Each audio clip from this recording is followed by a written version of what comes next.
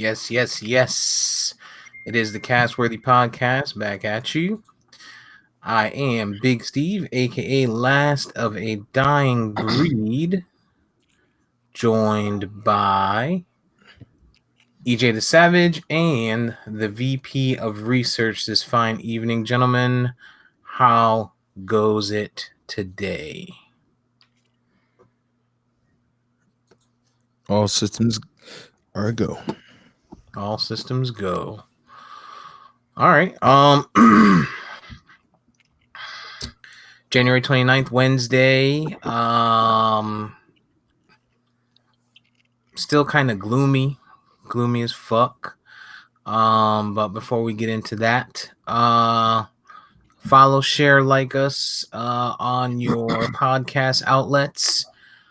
Spreaker, Spotify, Apple Podcasts, Google Play, YouTube. What else? What else? Did I miss anything, EJ?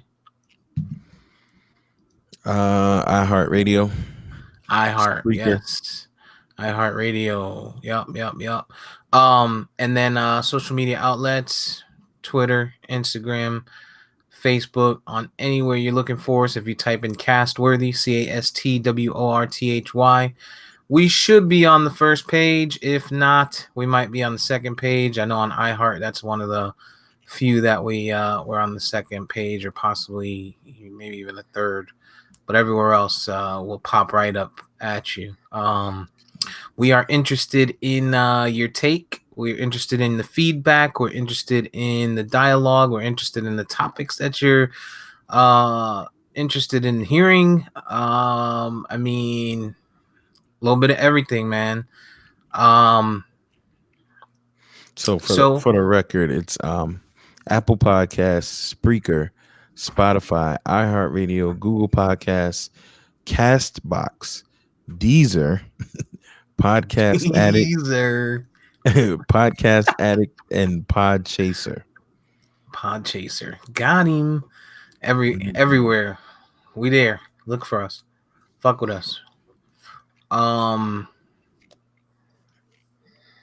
yeah. So, shit, man. Fucking social media. Speaking of, God, I can't even open my goddamn Instagram without fucking getting a little, you know, choked up, and it's starting to wear off, man. It's crazy, man. Fucking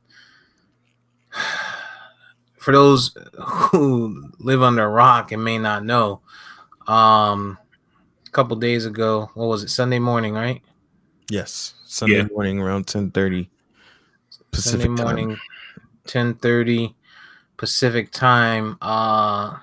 Unfortunately, Kobe Bryant, the legendary Kobe Bryant, the Black Mamba, top 5 dead or alive, NBA, future Hall of Famer, um, just one of the greats, man. Unfortunately, uh, was in a helicopter crash and passed away. Obviously, that's been all over the news, been everywhere you look. So I'm sure everybody's aware of that.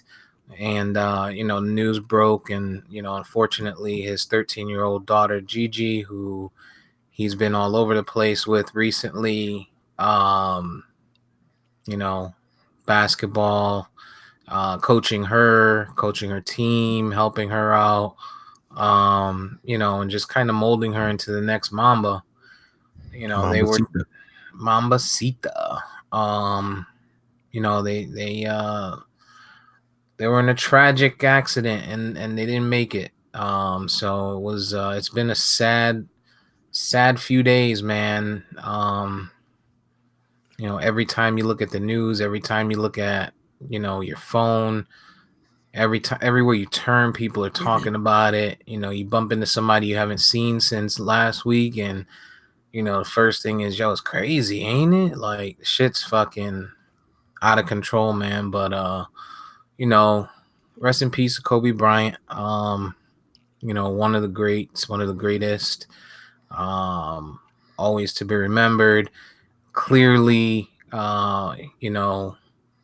his peers loved him. The world loved him. It's crazy, man. It's crazy. Um, I was talking to somebody, and I think I said it to you guys too, but he played 20 years in the NBA, right? 20 years.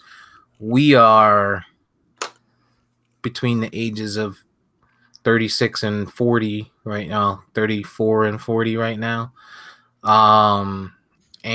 So we pretty much grew with him. You know what I mean? From we were teens or young adults, and he was starting his journey into the league. And for 20 years we woke up every day and Kobe Bryant was on the news, in the NBA season and the off season, because he was, either playing overseas or, just hustling, grinding, or winning, championships. When that happens, it takes over the off season too. People talk about the team for the whole off season, man. So, we grew with him, and for our generation, I think that's why it's such a shock, to see and hear this news, and so hard to take. I don't know. I mean, I know we've talked about it in the chat, and I've talked about it with a lot of people, but are you guys getting the same feeling from other people outside of our circle, or what? Well, Kobe's Kobe Bryant, man. I'd be lying if I didn't say I had a love-hate relationship with him from the very beginning. Just because early on he seemed to be so arrogant, he seemed to be such a jerk and all of those other things, man. But some point in time, that changed for me.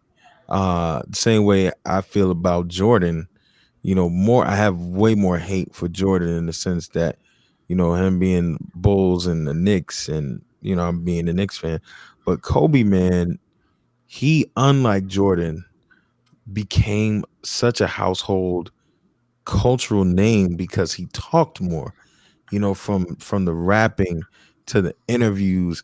You, like you said, you really watched him from 96 on really grow into another personality.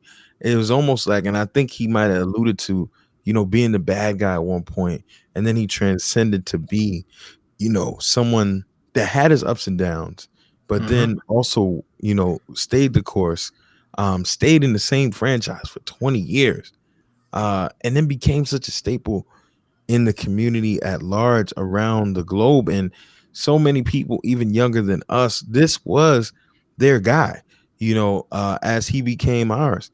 And like you said, man, we really watched the transition from that guy that walked across the stage with Stern to the guy that, became the grizzled vet with all the tricks and athleticism.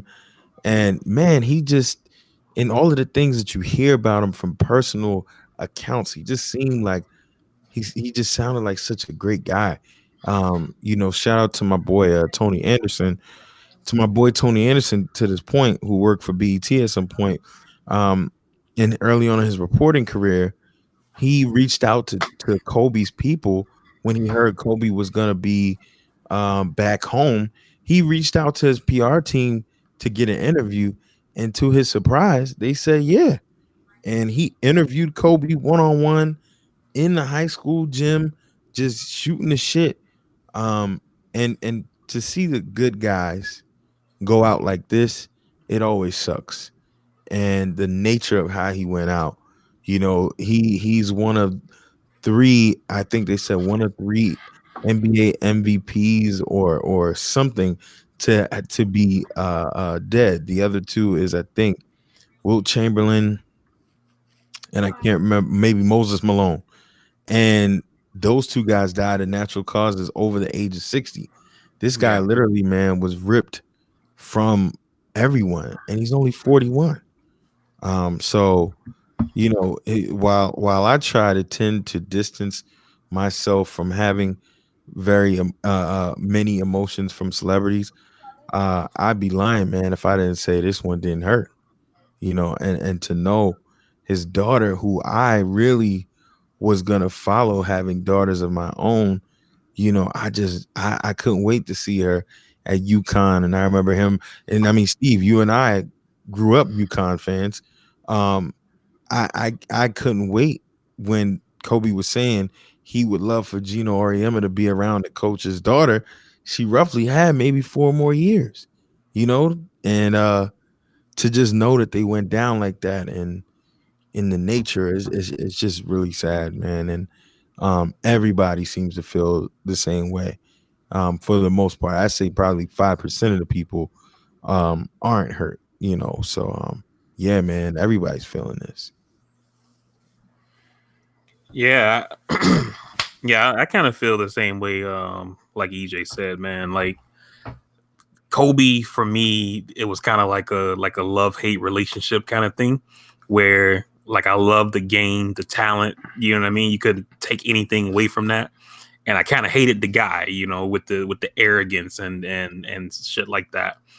But as he progressed in his career, and actually before I go there, part of that for me was that, starting off as a young guy, it's like, who the hell does this guy think he is? You know what I mean? And Yeah. then the Lakers, they trade Eddie Jones, so Kobe can start. For me as a Heat fan, it's like, oh shit, we got Eddie Jones. But I'm thinking like, yo, are they crazy? Like Eddie Jones is an all-star. You know what I'm saying? And you think that, oh, the Lakers are done, and then you start seeing Kobe play, and it's like, God damn, yo, like they should have got rid of Eddie Jones sooner, you know. So so yeah, man. But as time passed, it is like just watching like the talent that he was. Like you couldn't hate him, man. Like like even when he destroyed your team, it was like, damn, yo, I'm glad I saw that at least. You know what I'm saying? Like he was just that dude, man. And I remember, I was telling Steve in our chat the other day when the news first broke. I remember, since I was in the service, a lot of times we didn't get those games, so I was forced to watch highlights. And I remember the game where he put up 81 that wasn't on TV for us, and I'm seeing it on ESPN. They keep like putting the updates like on the bottom, like, oh, he got 50, he got 60, and I'm like, what the fuck? Yeah. Like it was crazy, man. Just seeing that. And for a guy like that, regardless of um regardless of what you think about the dude personally, you know what I mean? People have layers. They're like onions, you know what I'm saying? But overall, he just seemed like a really good dude. He worked hard at his craft, and just hearing the stories of people who are, just just as competitive, and who are on top of the game, either when they were in the league or while they are in the league now. And you see the respect and the admiration that they have for this guy, and it just shows you like how big he was. You know what I'm saying? Like if you didn't realize like how huge this dude was in the game, like you're seeing that now, given the accolades that people like Shaq and D Wade and LeBron and those guys are throwing at Kobe. So even if you thought like he wasn't that dude, you're seeing the people who you may think is that dude are saying he's that dude. So it was just sad though, man, for him to 41 years old. The dude's 3 years older than I am, and he's gone, and something that seems like a freak accident. We don't know, but it just seems like mad random. You know what I mean? Yeah. Yeah. And we'll get into, a little bit more of that as far as the accident, because we've talked about it, and, we have opinions on how it happened and the whole pilot making the decision, etc. Right? Um, but before we do that, I want to pop something up here just to pay homage real quick.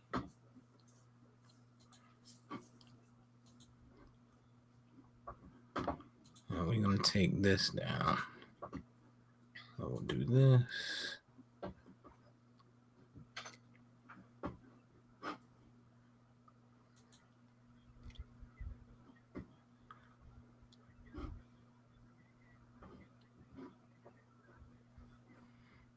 Looks like the mute button's on the video. We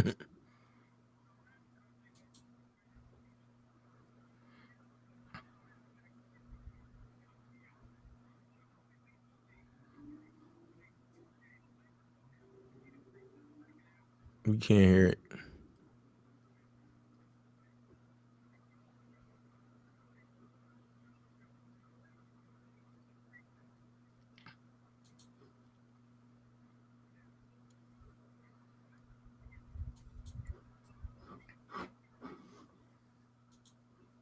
You said you couldn't hear it?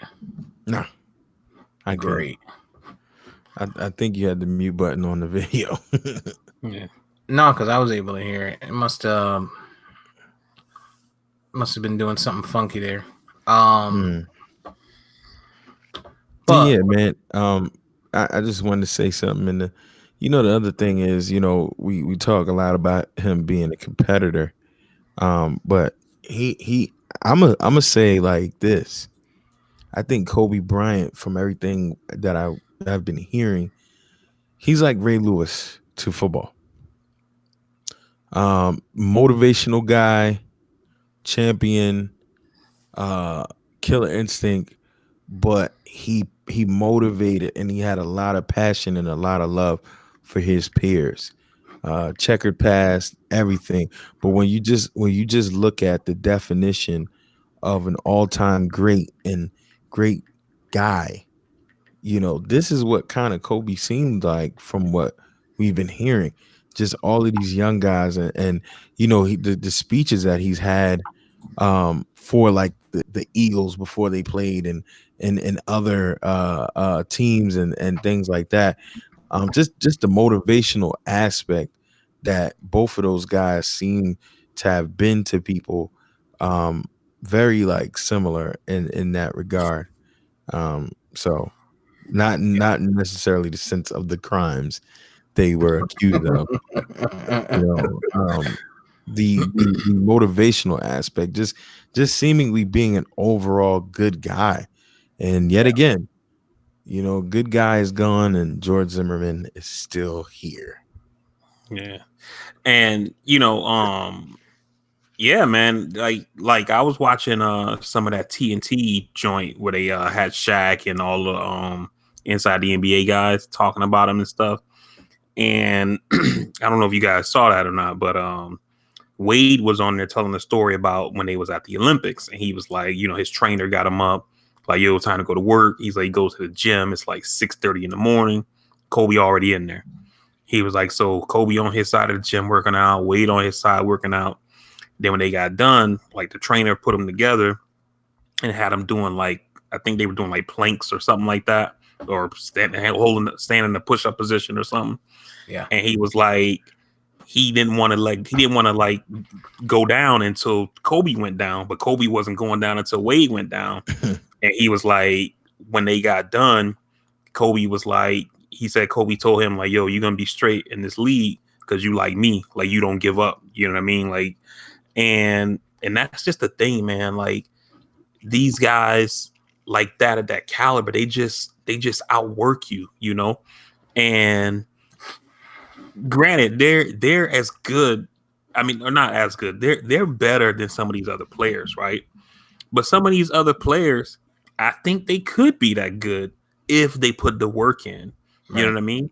And you look at a guy like a Kobe, who they were talking about how when the season would end, even after a championship season, Kobe would take 2-3 weeks off and he's back in the gym getting ready for next season. He just won a chip.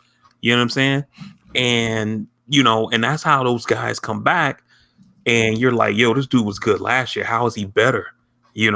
Because them dudes, they just don't give up. They just outwork you. They out hustle you. They out prepare you. They just out add in whatever you want into the fill in the blank. They just outdo do you everywhere. You know what I'm saying? And it's crazy that this happened, man. And the worst part of it is that, I mean, people are gonna die, right? But for TMZ to report that shit before the police had a chance to notify the family, that was just like some straight scumbag shit, man.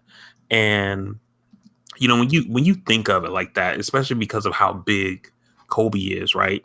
That shit goes out on TMZ. All of these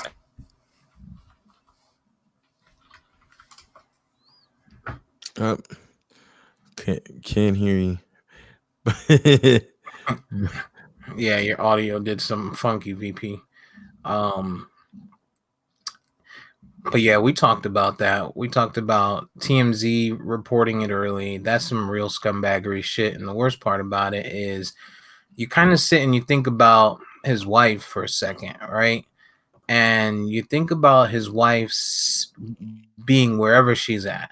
She could be out getting a fucking pedicure. She could be, you know what I'm saying? She could have been home cooking. She could have been making plans for the weekend or, for the week, cooking, meal prepping, whatever, right? And she checks her phone or her phone starts blowing up, you know what I mean? And people are just like, hey, saw online that this happened.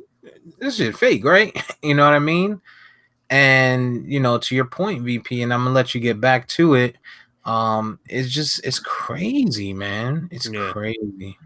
Nah, you're 100% right, man.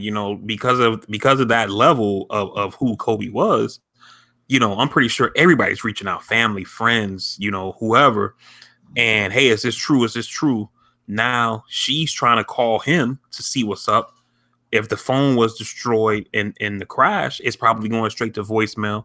She's calling him, calling her daughter, trying to figure out what the hell is going on, and nobody's saying anything. The only thing that she knows for sure is when the report saying like it was all the kids on the helicopter. She probably knows that ain't true because the other kids are probably with her.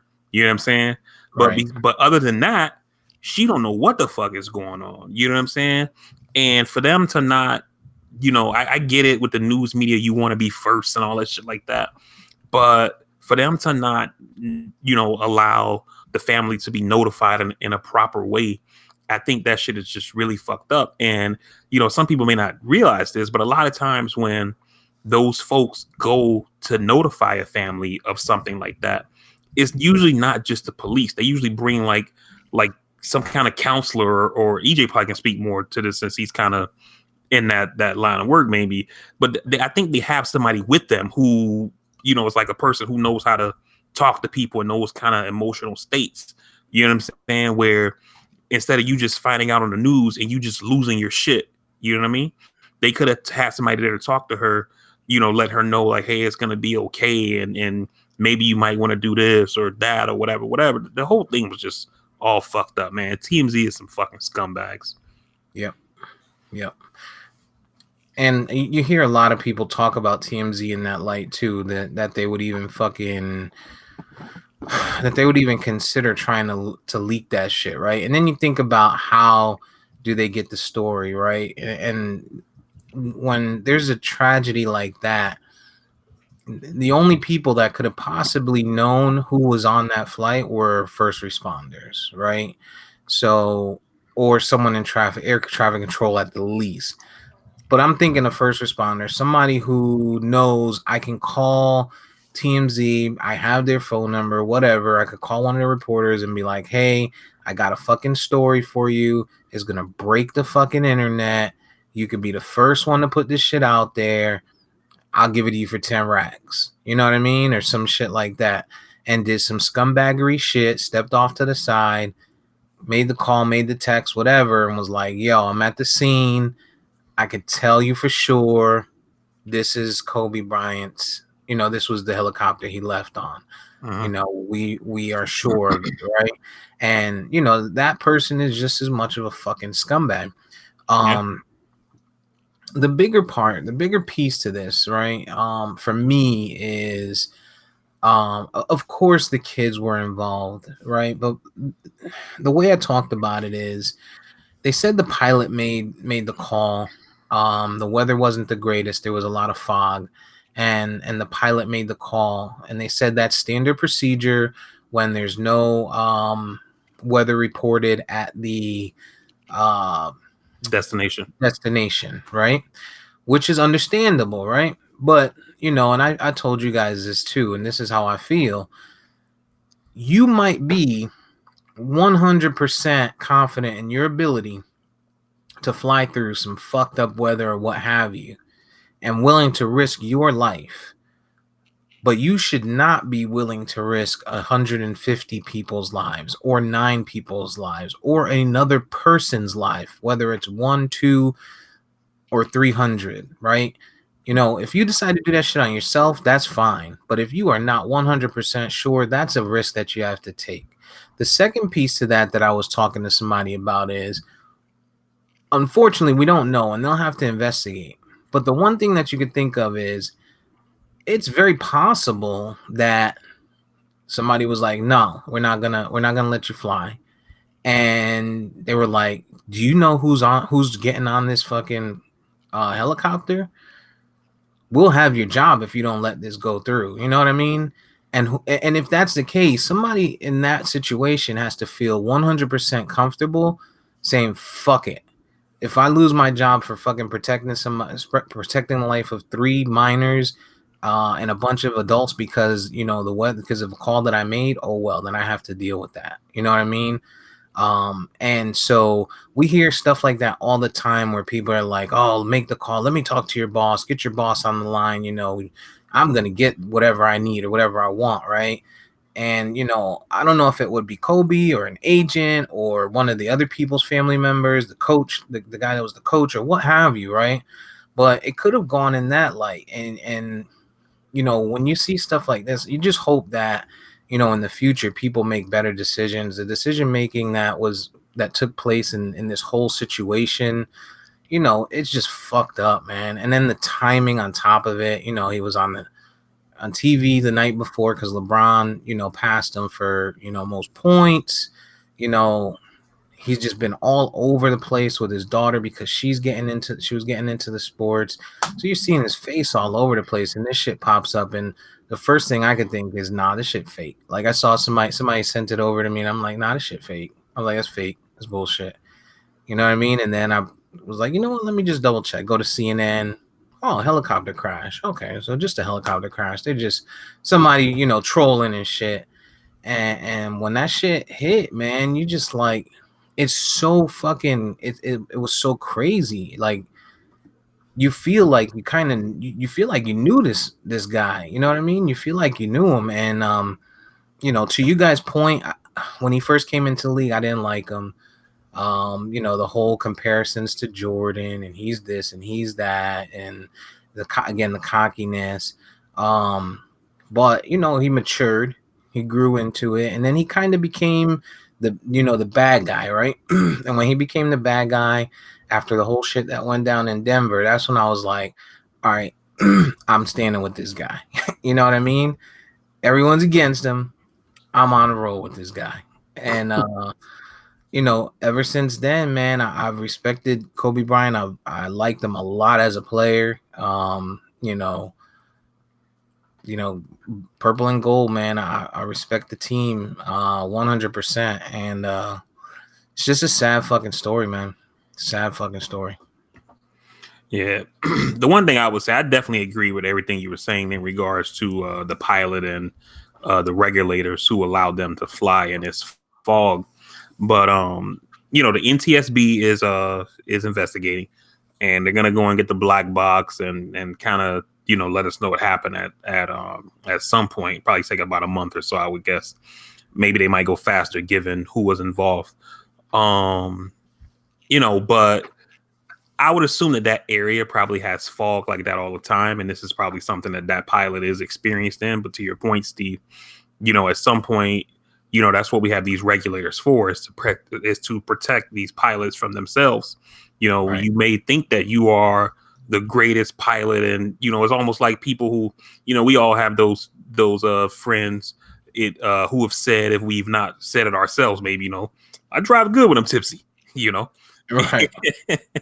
And while you may be the best tipsy driver, in the US or whatever, but somebody needs to step in and save you from yourself and say, hey, I know you're a great tipsy driver, but let me just take care of it tonight.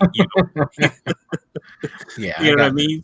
So yeah, so I mean, we're definitely gonna find out more.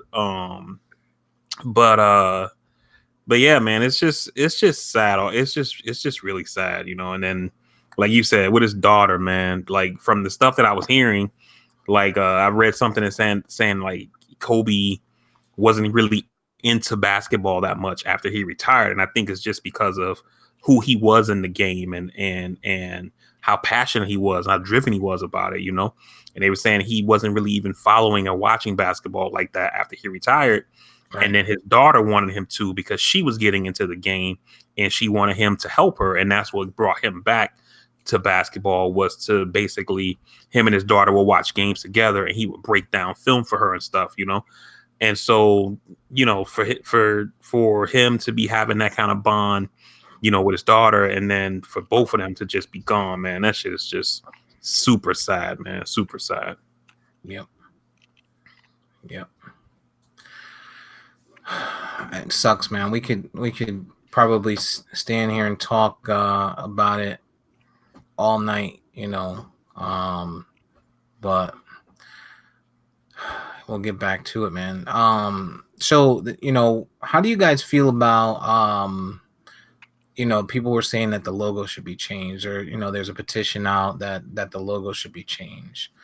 How do you guys feel about that? Um, as far as the logo, this is something that folks have wanted done for a while, and I've actually have been in favor of that, of them changing it for a while. Um, you know, Changing it to Kobe, I don't know. I don't have a problem with it. I'll put it that way. Um, but part of me wonders if it's like too much too fast. You know what I'm saying? And I get it. Like, you got to strike while the iron's hot. Like, this thing is fresh in everybody's mind. And so, you're hearing stuff with every team has to retire number 8 and 24, and dudes are voluntarily giving up 8 and 24, and the Mavericks have already announced that they're retiring 24. And people are saying change the logo, and I believe that they're speeding up his entry into the Hall of Fame and things like that. And while a lot of that stuff is probably deserved, I wonder if they're moving too fast for it, right? And not necessarily that Kobe wasn't the kind of player that wouldn't deserve something like that, but like, this thing just happened on Sunday, and we're essentially talking about changing vast things in the NBA, as far as numbers that players wear, the logo, bumping up the Hall of Fame, and everything like that. And I wonder if we just need to sit back for a second and kind of, you know, let things kind of take their course. You know what I'm saying? I think as long as his family is okay with the potential attention that might come in time to come, which they may never be, and surely, to your point, not as fast. And I don't know when the plans are to make these things happen, but I absolutely think, even from the past, that the logo has should have been changed already from Jerry West. Um, for years, I've said it should have been Jordan by now, but I think Kobe is deserving to be idolized and put in history because of this. Unlike any other basketball legend that we've had, he was taken away in a way that we weren't able to revere him for the future.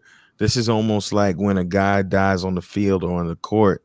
They put his name in the rafters. They retired a number. They put a insignia on stuff. Yeah, do it. Maybe not right now, but maybe next year. Definitely. Maybe next year. Get him in the hall. Give him everything that he had coming to him in the future, and give it to him the right way he was supposed to. As far as the retirement of the jerseys, I don't think each number needs to be retired. If guys are gonna do the 24, that's what he went out in. You know what I mean? Do it, man. Pay respect to this guy, because we don't know if we would ever see another Kobe Bryant ever again. 5 titles, 2 Olympic medals, and just moving away from the court, man.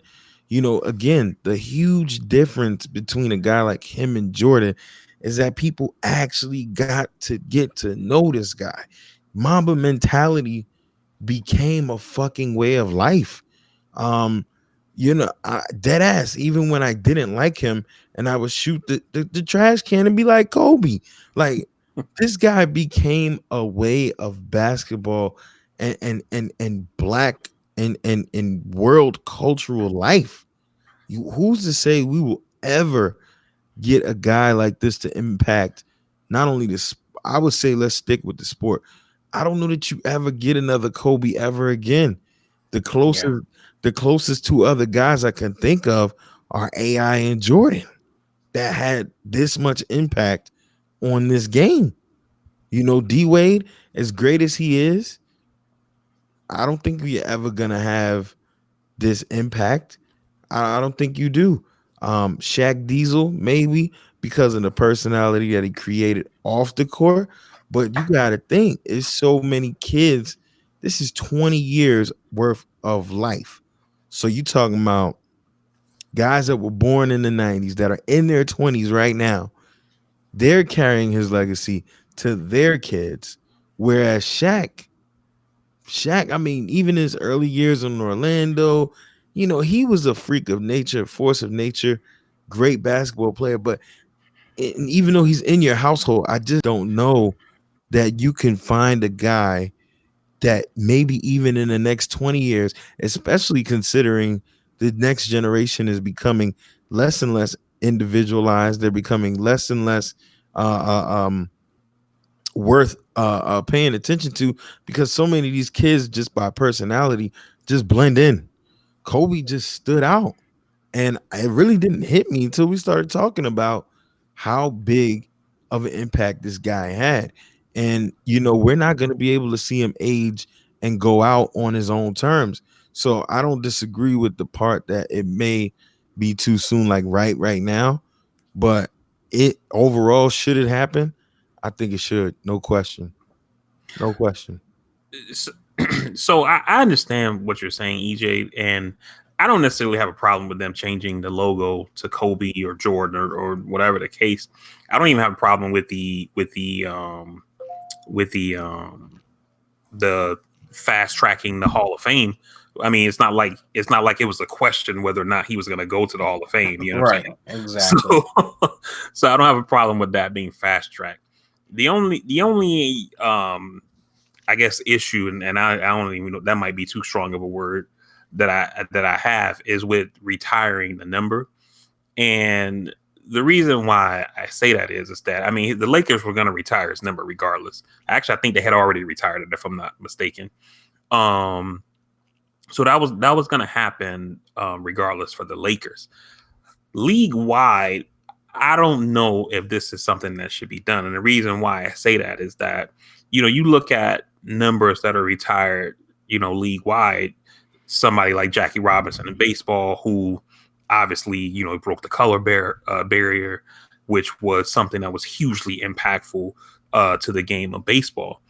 When you getting back to basketball, you have Michael Jordan, who everybody says is the GOAT, and his number is not retired league wide, right? Mm-hmm. And so if the league hasn't seen fit to retire 23 across the league, given the greatness of Jordan, and we're saying that Kobe was, even though he was great, he wasn't Jordan, then why are we going to retire his number league wide? Now, if individual teams wanted to do it, I don't have a problem with that. But for the league to mandate it and say that, no player for the rest of the existence of the NBA will ever wear, 24 or 8 or possibly both. I'm not sure how they would do it if they were to do it. I think that's a bit much. Us with the Heat, we retired 23. Pat Riley said Jordan was too great and he retired the number, right? So Mark Cuban's retiring Kobe's number. That's fine, but I don't know if the league should do it league wide. I don't know that I'm saying. And here's the thing. I don't think maybe two numbers, but maybe 24. And here's the thing, man. Like you got to think about it. What do they lose by doing that shit? They really Nope. don't lose nothing. And the thing is, right? We got to look at the circumstances in which he left this earth. He's not gonna have the chance to be revered later in life, and he's not gonna have the chance to sit back and do the interviews like Bill Russell and them guys did. This is not an everyday circumstance where the guy just developed cancer or something and died. This guy was tragically taken away from the game of basketball, and it has an impact. And here's the other thing: a lot of guys ain't gonna want to wear 24 out of respect. You know what I'm saying? So I mean, I get what you're saying on the mandated side. And like we always say, owners rarely should ever be mandated to do anything because it's a free country. But this is Kobe. And it may not hit us right now because we all feel the same way. It may not hit us right now, but when we really close our eyes and think about this shit, there may not be another guy that has more than 3 championships. There may not be another guy that has 5. There may not be another 2-time medalist. There may not be another guy that almost 2 to 3 generations worth of people, because let's think about this.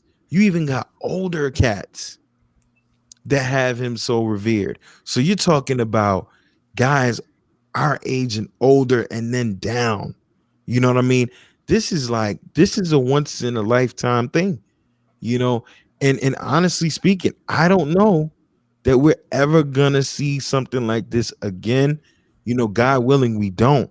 But I think this is literally a one-off generational type thing. I can't name not one guy in the league right now that if something like this happened to him 10 years from now, other than maybe LeBron, it's just like, and I get what you're saying again, and I'm not necessarily saying the mandate, but god damn it, man.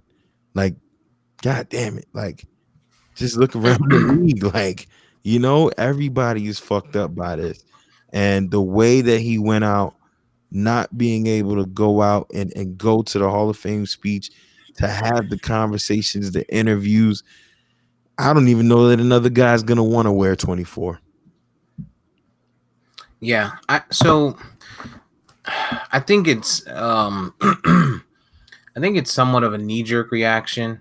Should the league take that stance? I have to agree with VP a bit here.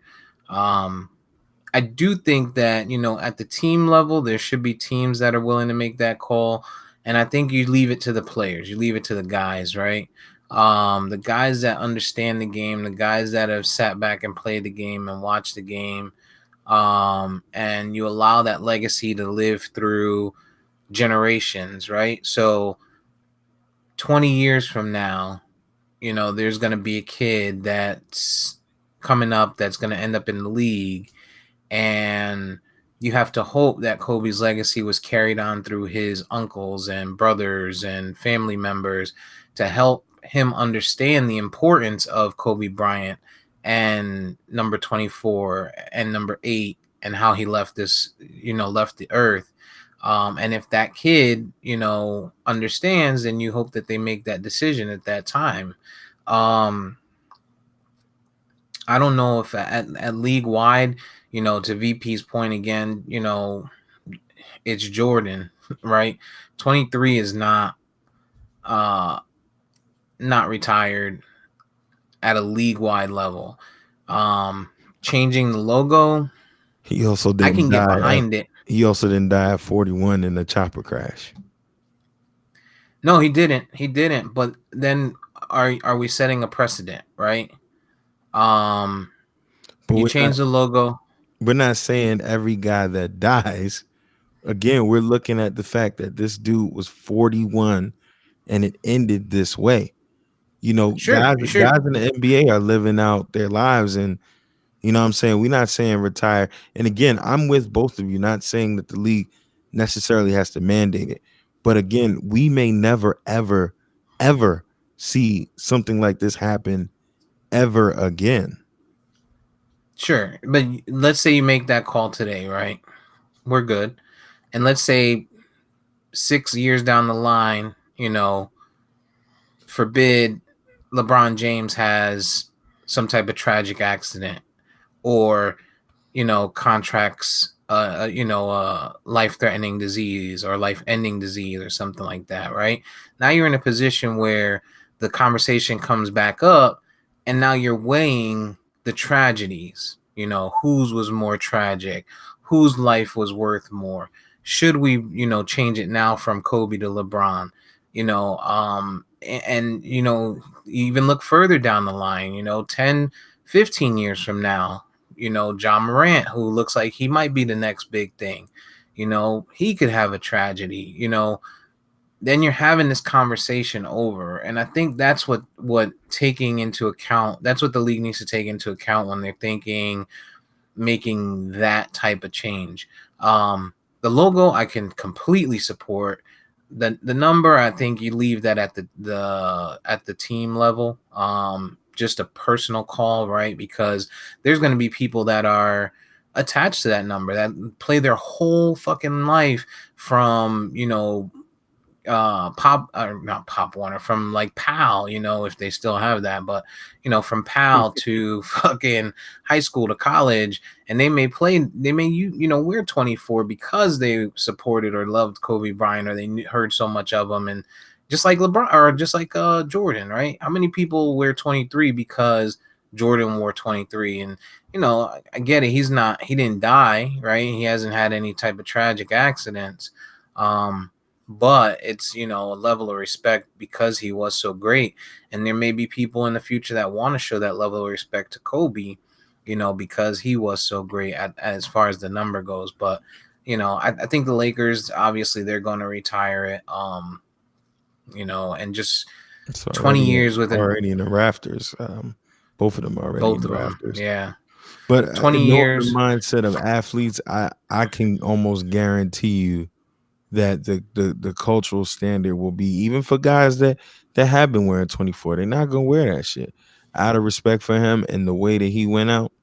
They're not gonna do it, because it's one thing when the guy is still around, and I can tell you, Jordan, at 60 or whatever you are, 50 something, yo, I wore this number because of you. But when you ain't gonna have that chance, athletes are superstitious like that. They ain't gonna do it, and 9 times out of 10 throughout your career, at some point, you have been forced to wear another number. So there's always two favorite numbers, but I get your point. But I can almost guarantee any hooper from here on out, and they might wear it. They might wear it. They might get schooled too. But if they are fortunate to make it to that level, I guarantee you they won't want to wear it. I put money on it.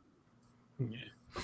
And then to Steve's point, where he talked about where you're kind of comparing tragedies, it may be in the NBA's interest. I'm fine with them making a logo Kobe or whatever else, but it may be in their interest to get rid of the player inspired logo and get something in line with something like how the NFL just has the shield with the NFL.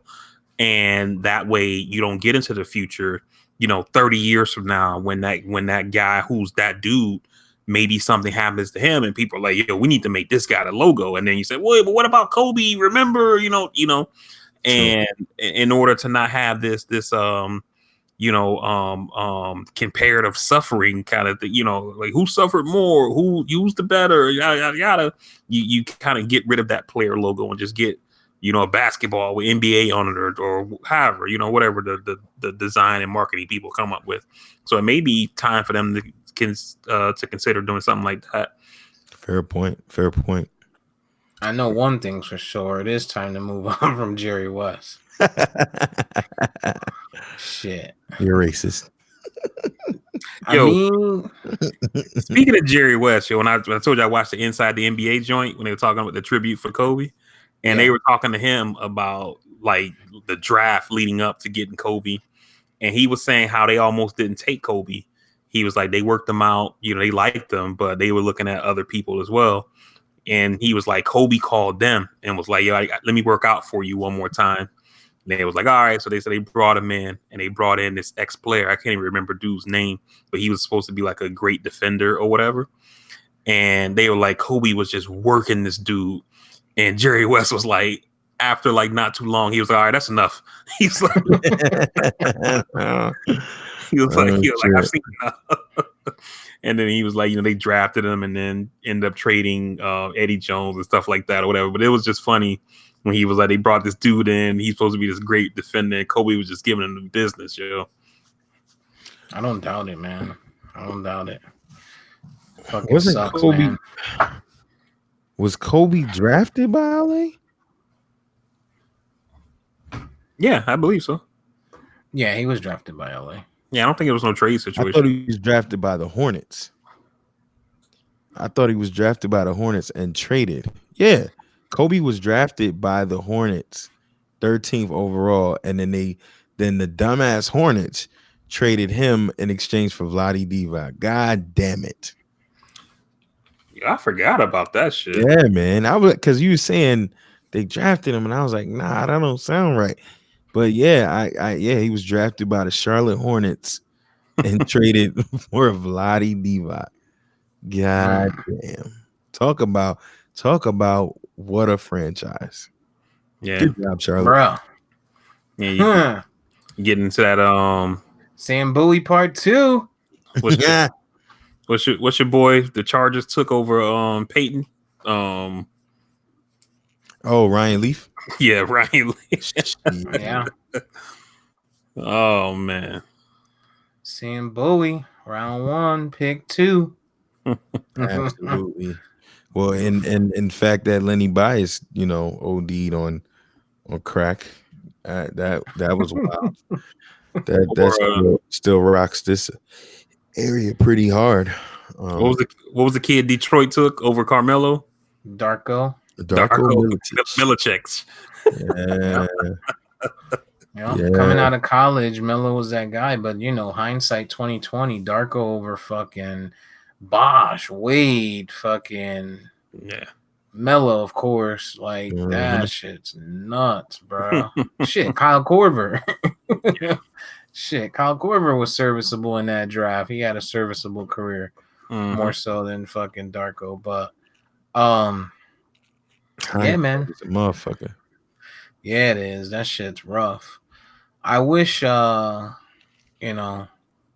really wish we would have had a chance to see Gigi play, man, at a higher level. But hopefully she sleeps in peace. Feel really bad for his wife. She finally put a statement out today. Basically saying it's tough, but you got to get up and keep moving, right? Every day. Mamba mentality. I was gonna say, ultimately, Kobe ain't no fucking quitter. Never was a quitter. The last thing he would have wanted was for his, his wife to be like throwing the towel, like shit was too much for me. So, yeah, man, yeah, fucked up week for that.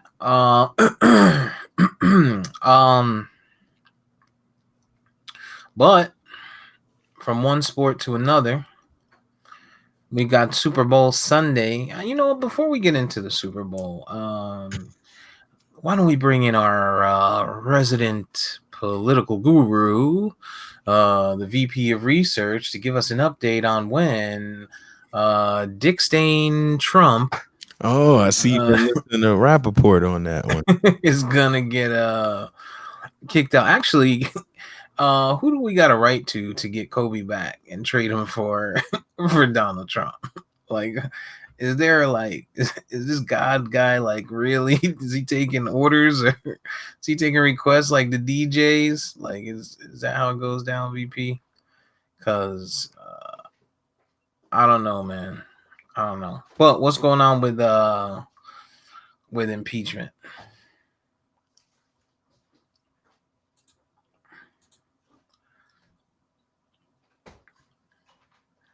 Well, we dropped VP's audio, so I'm sure he'll be back in just a second. Excited to hear about what we got going on with Donny T. I think it's gonna be pretty nasty. I know that We lost him with the audio, huh? yeah, I know they're at a point now where I think they're in what, deliberations or something. Let's see what VP has to say about it. Well, I know they've been going at it all day, tirelessly, and it's been a lot of back and forth. But I'll let the expert go in now that he's got his shit together over there. So the impeachment trial kicked off in earnest last week, Tuesday. Basically, the way that the rules are set, they had 24 hours of opening statements given to each side. The 24 hours over 3 days, and the prosecution or the House manager side went first. They presented on Wednesday, Thursday, and Friday of last week, and then the president's defense counsel started presenting on Saturday, and then they went into Monday and Tuesday. Starting today, they're in the question phase. So what happens in an impeachment trial is that the senators or the jury, they get to ask questions of the lawyers of the prosecution side, which is the House managers or the president's counsel. Now, what these questions are supposed to be is, looking for guidance. Tell me how I should be thinking about the law. In your opening statement, you said this or that. Like, what's the relevance of that? You know what I mean? Kind of getting people, because everybody in Congress, while a lot of them are lawyers, you have guys who are doctors or engineers or car salesmen and shit like that. Right. Some of them, Joni Ernst, the senator from Iowa, she's a former farmer. So is John Tester from Montana. He's a farmer as well, So that's what these questions are kind of supposed to be. But what really happens is they're basically, how can I ask a question that's going to get an answer that makes the other side look like shit, and both sides kind of do it, So basically where things are right now is that we're waiting for Friday, which is going to let us know whether or not we're going to have witnesses in this trial. I don't believe that there's going to be any witnesses. And if the vote to have witnesses doesn't pass on Friday, then we're looking at a vote on whether or not to remove him from office or acquit him on Saturday. Wow. What happens if they choose to have witnesses? Well, if they choose to have witnesses, what's supposed to happen according to the rules they laid out for this particular process last week is that they first have to take a deposition for whoever the person they're going to have as a witness. That person will come in, they'll do a closed door deposition. That deposition will then be circulated to the senators themselves. And then at that point, they're supposed to have another vote to decide on whether or not having the transcript of what this person said, is this enough? Or do we need to bring this person into the actual hearing to hear them give testimony? But based on the witnesses that the Democrats want to call, I don't think that they're going to allow these folks to be called, only because the stuff that is leaked out so far, it's been devastating. And so letting somebody like a John Bolton, who was Trump's national security advisor, come out and talk is probably only going to get worse. And I think they're counting on what you say all the time, Steve, about how people are fickle and they just forget and they move on. I think they're thinking it's about to be February, Super Bowl weekend, Kobe Bryant, this fucking coronavirus in China. People not going to remember this shit in 3 months, so let's go ahead and acquit Donny T and move on, and then hope we can just win in November and people don't remember, So it is looking like he's not going to be removed. I mean, everything that he's accused of, in my opinion, he did, but I don't think he's going to be gone. Wow. That's not good. I mean, but we kind of knew that, right? This isn't. Yeah. That was par for the course. We knew that was you've been saying that all along. A lot of people actually have been saying that all along. The expectation is that, he finishes out his term and has the balls to fucking run again, Yeah. even with all of this taking place. And hopefully we don't fuck this up. Yeah. Which The we thing that's probably just will. crazy about it. Did you just see? Yeah. Did you just see that Biden made reference to Michelle Obama being running mates? Nah, I didn't see that. I'll post. Don't worry. I'll let you go back to Donny T. Really? But the thing that's crazy about it, especially from the Republican side, and I find myself like over ever since Steve said this about his friend who's a supporter of Donny T, saying that he wished that we were more balanced and things like that. I find myself watching the news and thinking about that person. I don't know who it is, but I find myself thinking about that person a lot when I'm watching the news. And just the rank hypocrisy of Republicans, it like, I don't know how I still can be stunned by it, but it's still stunning. And what I mean by that is that in today, for example, when they're doing the question and answer portion, they were talking about Joe Biden's son. And they were like, oh, Hunter Biden, he went and worked for this company. He had no relevant experience in natural gas. He didn't speak Ukrainian and on and on and on, right? And so because he worked for this company and his father, who was the vice president, was in charge of the US's Ukraine policy, that means that there was corruption. And then these people at the same time will say that there's nothing wrong with Jared Kushner and Ivanka Trump. Right now, when you work in government, you have to release financial disclosure forms, right? In the first year of the Trump administration, Jared Kushner and Ivanka Trump made $120 million because they still have businesses that they're in charge of outside of the government. You didn't hear anything from Republicans, right? Ivanka Trump continues to get these trademarks approved by the Chinese government. You don't hear anything from Republicans. The person in the trial today making this argument about Hunter Biden is Pam Bondi, right? Yes, that Pam Bondi, Steve, the one who was the attorney general of the state of Florida a couple years ago. When the state of Florida was investigating whether or not to sue as part of this class action lawsuit against Trump for his Trump University scam, Donald Trump illegally donated $25,000 from his charity to her campaign, and then the case went away.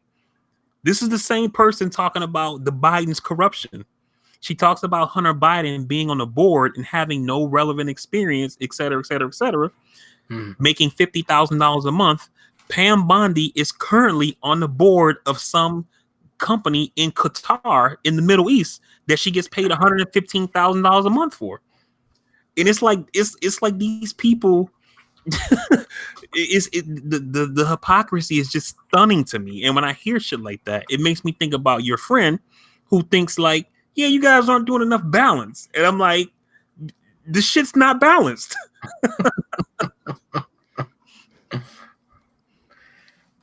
Dick stain Donald Trump, as Michael Rappaport has coined that phrase.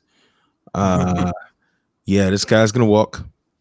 He's gonna run 2020, or what the next election cycle, 2020, right? 2020, November this year. Right. It alarms me and scares me even more about the opposition. Now, where is the Republican Party in all of this? For these people to have loose comments saying that, yeah, we rock with him, but we don't rock with him. Are they even going to present anyone formidable to win over the party from him? No, the Republican Party lives in fear of Trump, and that's why they're in lockstep with him. You have people, Lindsey Graham, 2016, Trump's a kook, he's crazy. If he wins, our party's going to get destroyed. Mitt Romney talked about how Trump's a con man. So did Marco Rubio. On and on and on. These people talked about how this dude is a fucking lunatic. He's not serious, et cetera, et cetera. and they all blindly follow him. And the reason that they do so is that Trump's base loves him. There's this book that came out by that person who I don't know if you guys remember hearing about that New York Times op-ed from the person calling themselves anonymous. They're supposed to be somebody who works in the Trump administration, and they're talking about the things that people in the administration are doing to make sure shit isn't as bad as it could be, right? And in the book, the person talks about how because Trump was so bad at this and he had all these crazy ideas, they wanted to do all this crazy shit, they figured, hey, we need to get this guy out of the seat, right? Let's send him, to the arcade like you would do with your kid. Like let's keep him busy, right? And that's why Trump does all of these campaign rallies. They basically wanted to get him out of the White House, get him out of DC. He likes to have people cheering at him and shit like that.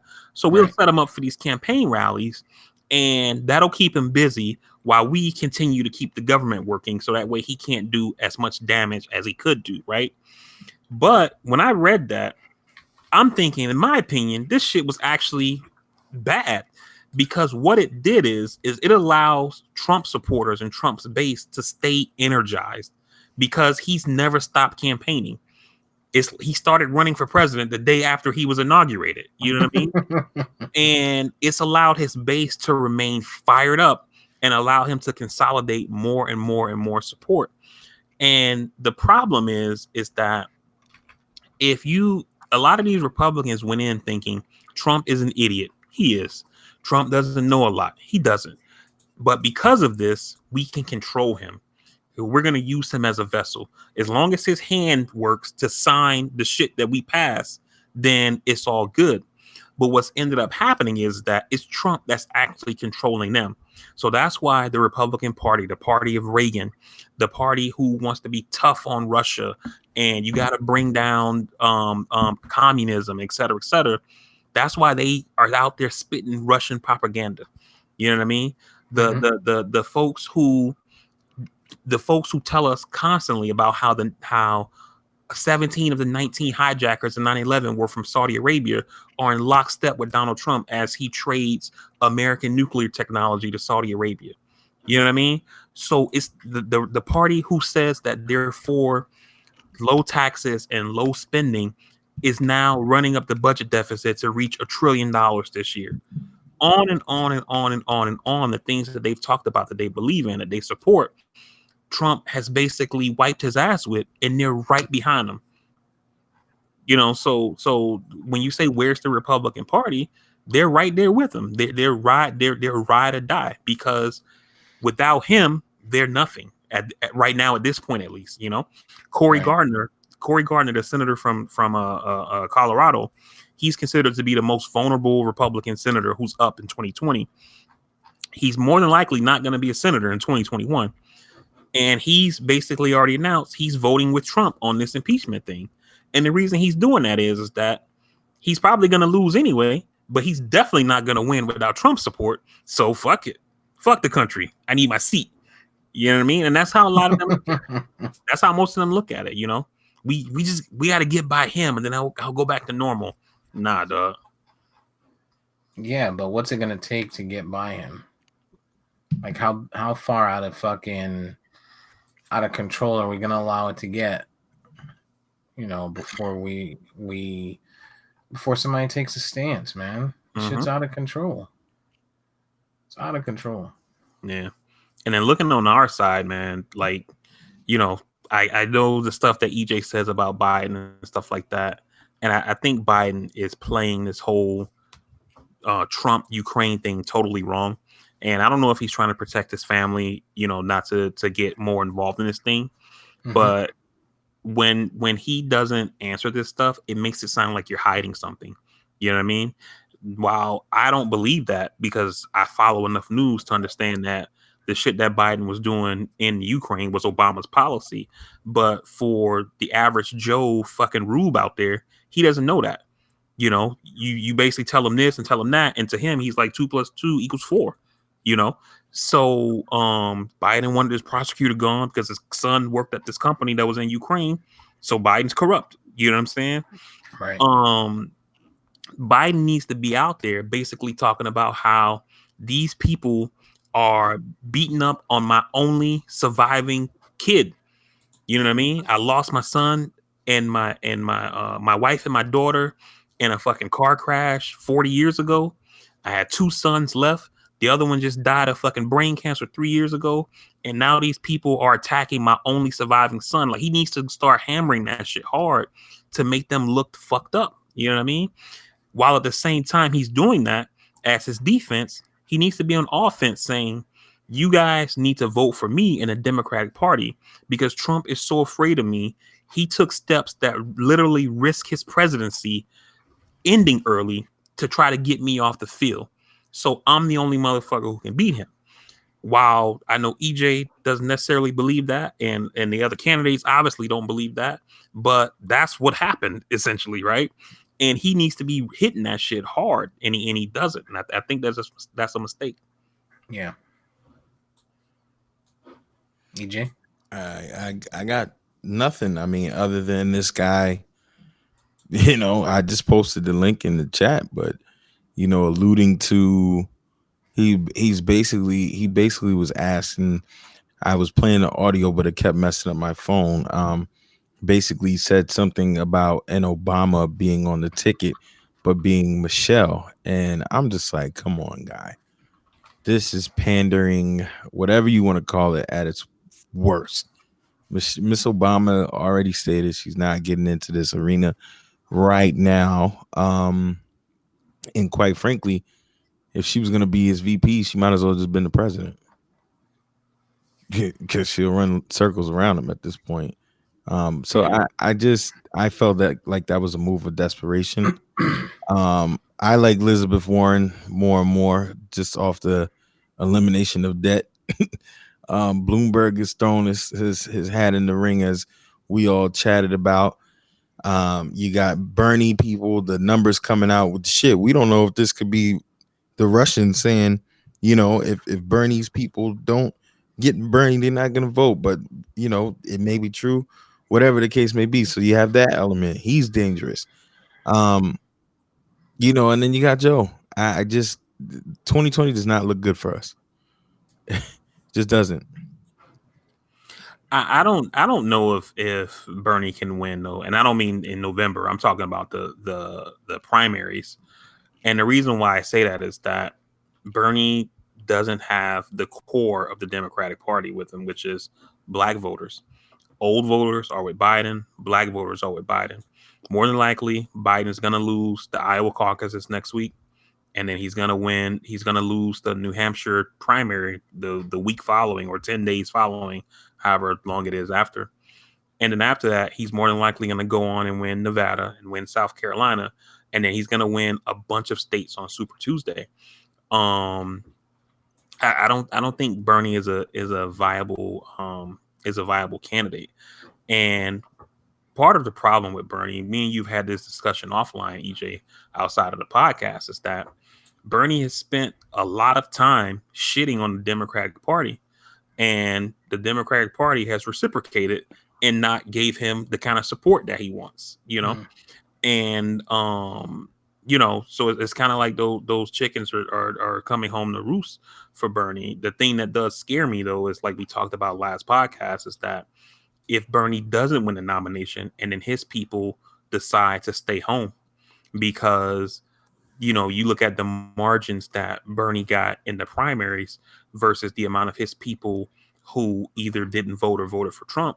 And that was the election right there in those states like Wisconsin, Pennsylvania, and Michigan, which were the states that flipped the election to Trump from Hillary.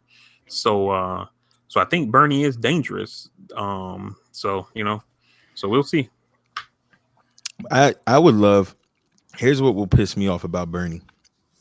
If he doesn't make it to where he needs to be, I would think that somebody needs to grab his old ass up and say endorse the candidate strongly, sincerely, and early. Don't come around at the last hour and say, well, I don't know who I'm gonna vote for. I don't know who I'm gonna endorse. No, motherfucker. Get with them right away. Get on the road with them.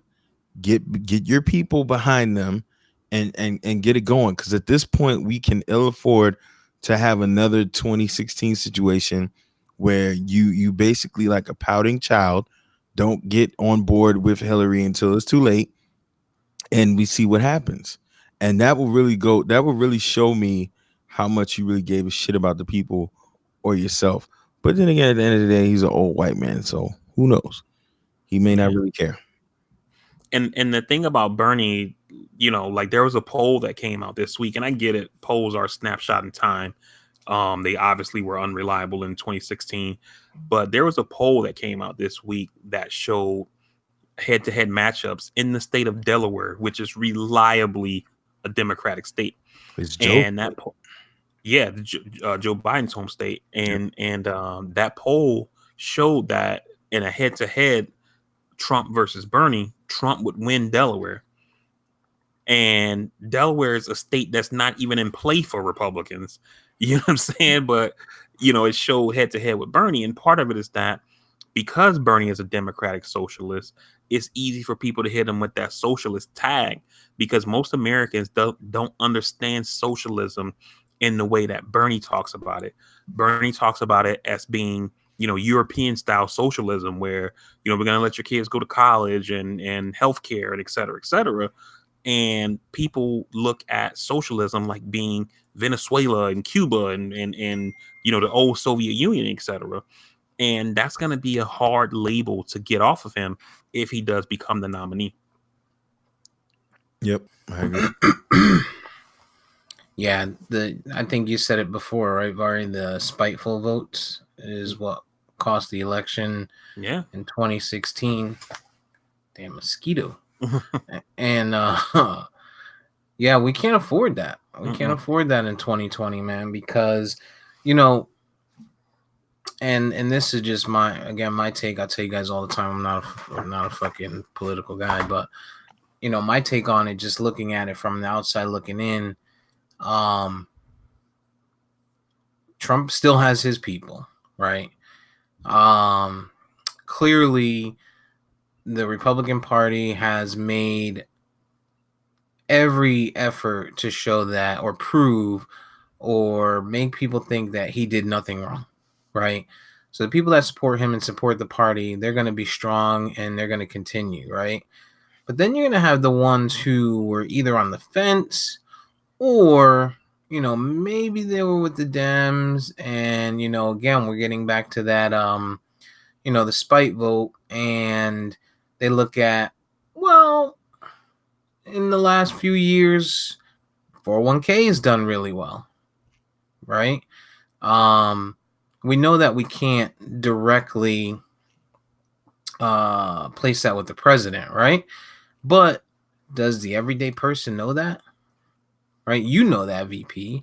EJ, you know that. But the everyday person, I know that because you guys told me that, right? But if you sit down and you look at the news, if you watch the news, if you watch social media, if you're the type of person that's paying attention to, just other novices, people are going to say, man, that Trump guy is a dick, but my 401k hasn't looked this good in a long time, and give him all the credit. So that's the fear that I have, is that you're going to have the spite vote, and then you're going to have the people who are not fully educated on the situation, and they're on the fence, and they're thinking, well, we could go back here, or we could stick to what we're at right now, where I'm doing really well. Or maybe, if you think about it, during the Obama presidency, after his first term, with the what was it? Was it affordable housing? Was that the one where he was given the $5,000 tax credit came if you purchased a home and stayed in it for 5 years? Nah, I think that was the Recovery Act stuff when they were trying to get out of the recession, I think. Okay. So I'm sure there's people that purchased a home during that time frame, did their taxes, got it back. For example, I bought my house right after Obama got in office, right? I put 3.5% down, and we weren't married at the time, so when we filed our taxes separately, I think we put down maybe 4,500. We got 10 grand back, right? And if I wasn't an Obama supporter at the time, goddamn right now I am. You know what I'm saying? Like, after I get that, I just forked out 4,500. I'm getting 10 racks back, and I got a house out this bitch. Yes, I'm fucking with Obama. You know what I'm saying?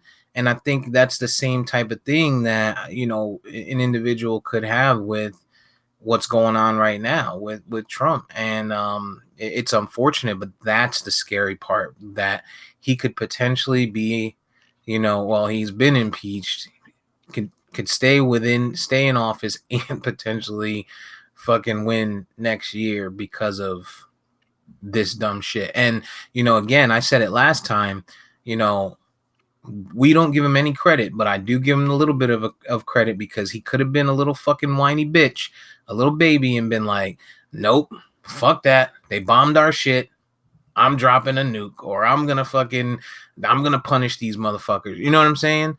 But I'm sure against his judgment, somebody was able to kind of talk him off the ledge, because we know, just the way he is, he's a fucking overgrown child that, after that came up, he was probably, after they hit our base, he was probably like, you know what, arm the troops. But you know what, Steve, though, that point that you made is 100% right. And I've said this to people countless times, and I think that there was one thing that Obama was very bad at, which was taking credit for his accomplishments. And I remember when they passed the Recovery Act, I was riding on 408, and there was part of the 408 I-4 interchange, the new on and off exit ramps they put at the 408 I-4, Steve. Yeah. Part of that was built with money from the Recovery Act. And they had one of those little highway signs, like the little green sign you normally see telling you what exit or whatever is coming up. And it said, this bridge or whatever it is, whatever you call it, this interchange is being built in part with funds from the Recovery Act. Now, me as a political junkie, I know what that meant, right? That's the stimulus money that Obama passed through Congress. But somebody who's riding down the road don't know what the fuck that is. You know what I'm saying? Now, if that was Trump, that shit would have said, this highway is being built with money from Donald J. Trump that was passed because it got signed by Donald J. Trump, Trump. You know what I mean? And he's going to let you know. And he does that over and over again, even with things that aren't his accomplishments. Something that impacts me, the VA Choice Program, which is a program that allows veterans to be able to use healthcare facilities outside of the VA, but let the VA pay for them if you can't get in to see a doctor at the VA fast enough, right? Right. And Trump goes on campaign rally after campaign rally talking about this Veterans Choice Program that he put into effect, The Veterans Choice Program was signed into law by Barack Obama in 2014. Trump talks about it like veterans owe him for this shit because, hey, I got you this VA Choice Program. It was signed into law by Obama, but went into effect in like 2017 once Trump became president. But he had nothing to do with it. He still has nothing to do with it, right? But he takes all the credit for it. And I'm pretty sure there are hundreds, if not thousands, of veterans out there who probably think, God damn, I'm so happy I voted for Trump because the VA was fucked up. And now I got the choice program that he put in. And, I'm killing that shit. You know what I'm saying? And it's the same thing with like the GI Bill. They changed the GI Bill. A lot of people gave Obama credit for that shit.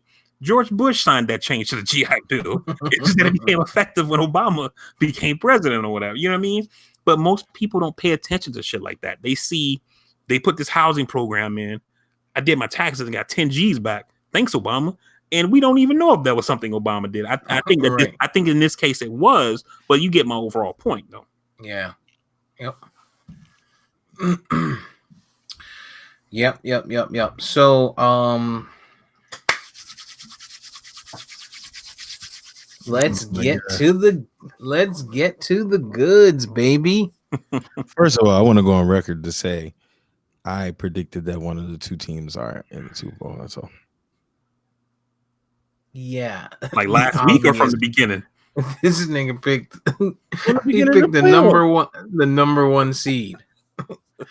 Hey guys, let me go out on a ledge and say the number one seed might You make the one that said the Vikings, led by Kirk Cousins, would mop these dudes. I'm Jesus, a betting That man. Kirk Cousins. Jesus. That Kirk I'm a betting man. You like that? That Kirk Cousins? I'm a betting man. And you know, I don't like. Drunk. I don't always take the safe route. You know, it's the safe route. I could have just been like, here's the reverse Steve ecology. I'm gonna say, oh, I should get points for going out on a limb, picking I don't want Kirk Cousins. No, I don't want any points. I'm just saying, but like if somebody's sitting there and they're like, hey, I picked Baltimore and San Fran. Well, hey, great job. You picked the number one seed on both sides, the two best teams in the league all year. It's because you got, but you still didn't believe in them. Nobody really believed in the 49ers. That's like the people that were like, dog, I told you Golden State was gonna win the chip. I told you. Like, no, of course they was gonna win the chip. Jimmy Garoppolo, nobody believes in Jimmy Garoppolo. Even as the playoffs went along, hence the second round where you said the Vikings would kill him, I still stuck with the 49ers. Thank goodness there's history, because I didn't say they would kill them. I did say that they have a chance to win, and I picked them to win, but I didn't say they were going to blow them out by any means at all. They did. I'm glad that we have podcast history that we can always review if we need to. I don't know that we were aired. I don't know if we recorded. We said that. We did. Oh, here we go. Here this guy goes. You know, the stuff on. Let's not go with the stuff on tape. Let's talk about the stuff he said in pre-production. Hold up to it, man. You said the Vikings would kill the 49ers. Y'all both said that. No, maybe he said that because he's a fucking Vikings fan. He's actually a 49ers fan. I clearly said Kirk Cousins is shit. I remember 100%. I said the Vikings have a good defense. Kirk Cousins is shit, but when he's on, he's on. And if he's on, they have a chance to win. So I'm going to pick them. That's what I said. Okay. However, San Fran is getting a 1.5. So this is almost like a wash. This game, this game, as far as the spread goes. But San Fran's getting a 1.5. The Super Bowl's in Miami. Woo. Yeah, it's about to be crazy down there. About to be a oasis. Oh man. Yeah, bruh. Oh man. How many Plan Bs get bought this week? I'm about to go buy stock. I thought you about to say you about to post up on South Beach Ocean Drive and have them out your trunk like, yo. I'll buy up all the Plan Bs in Florida real quick. Buy all got them from there to Wynwood. Yo, don't let nobody cop nothing. Yeah, man, Miami is about to be crazy. It probably already is. Wednesday? Yeah, it's already crazy. God. Oh man, I could just imagine. It would be a great time to be there right now. I wish I had planned accordingly. Next year it's in Tampa, and so as soon as they open up, all these Florida cities, have they not seen how crazy Florida is? We got the weather.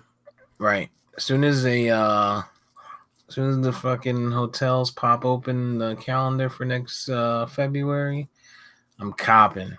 I might cop 2-3 rooms and just rent them bitches out. And use hopefully with the season tickets for the Bucks, we'll get first dibs. I would Yeah. love to fucking go to the Super Bowl next year when the Cowboys are there. That'd be awesome. Um, Yeah, you see each other slide that shit in there. all right. So 1.5 to San Fran. What you guys got? What you guys got? Me personally, I don't think the spread really matters that much, especially given the caliber of these two offenses in the Super Bowl. The thing that I think potentially could be the game changer for this game is throughout these playoffs, we've consistently seen Kansas City have slow starts and end up having to come back against teams they shouldn't be down to. Um, if they do that shit to San Fran is not Tennessee, and they are not who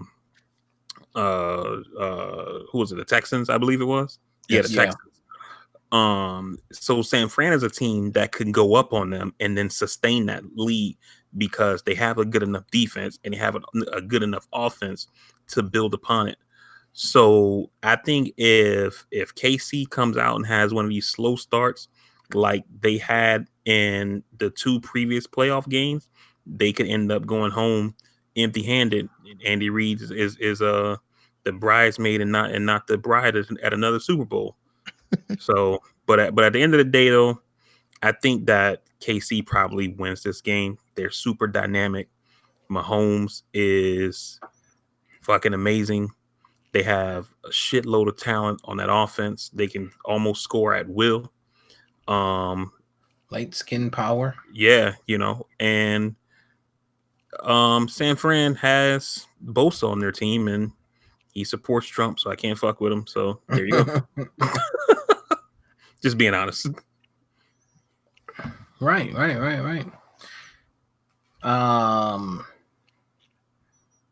I think you're right. I think Kansas City, they can't afford to get off to a slow start. Not against San Fran, who has a very good defense, a very, very good defense. I hope this is so. I hope Kansas City does get out to a big or a quick start, and I hope that they continue to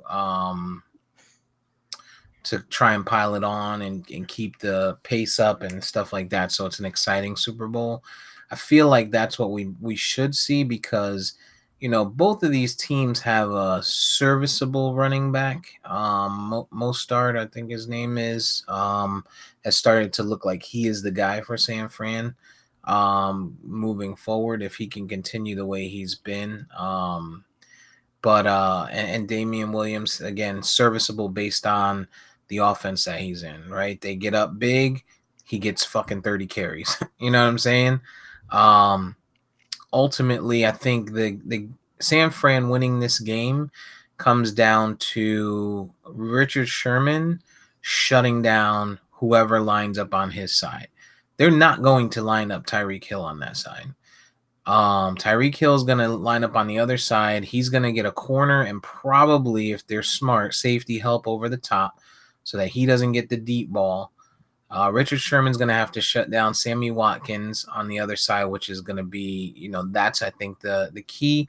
Travis Kelce under in the middle. He'll get some catches. We know that for sure. That's without a shadow of the doubt. But San Fran, they have pretty good backer play. So, I can see them, giving up some passes to him, even, possibly a score, but I think they can hold Kelce. And then, of course, on their offensive side, I think it's time for them to get George Kittle back involved. He was a force all fucking year, and in the playoffs, he hasn't done much of shit. They've been running the ball, and getting it in that way, and getting Deebo Samuel involved. So if Emmanuel Sanders can come out and perform, Deebo Samuel can perform and command some defense, then I think George Kittle gets off the block. He doesn't have to stand there and block all game. I think San Fran can win the game. if I'm a betting man, which I am, I'm putting the money I'm putting the money on Kansas City because it's only a point and a half. If it was to go up to 3, for whatever reason, if it went to 2.5, I would probably take San Francisco. I think it's gonna be a pretty close game, but I think, or I'd say at 3.5, 3.5, I'd take San Fran. I think it's gonna be a close game, but I think Kansas City, they just got too much firepower. But I think San Fran can win this game. So are y'all both definitively saying who y'all? Because you said can. Var, you said something that didn't sound definitive either. Like, who are you definitively picking? I'm going with the Chiefs of Kansas City. And Steve, real quick on Kittle, I believe Kittle got hurt in that game uh in the second round of the playoffs. I think it was the Vikings, I believe. I think he got an injury during that game, so he might not be 100%, which is probably why they haven't been using him that much. Who they play last week or 2 weeks ago? He, Um, he got off in Seattle, and then after Seattle, Green Bay, his stats wasn't after Seattle, his stats. Actually, I'm bugging. He got off in Seattle, which was week 17, and then when he played Minnesota, he was 5 targets. He had 3 receptions for 16, and then Green Bay, he only was 1 for 19.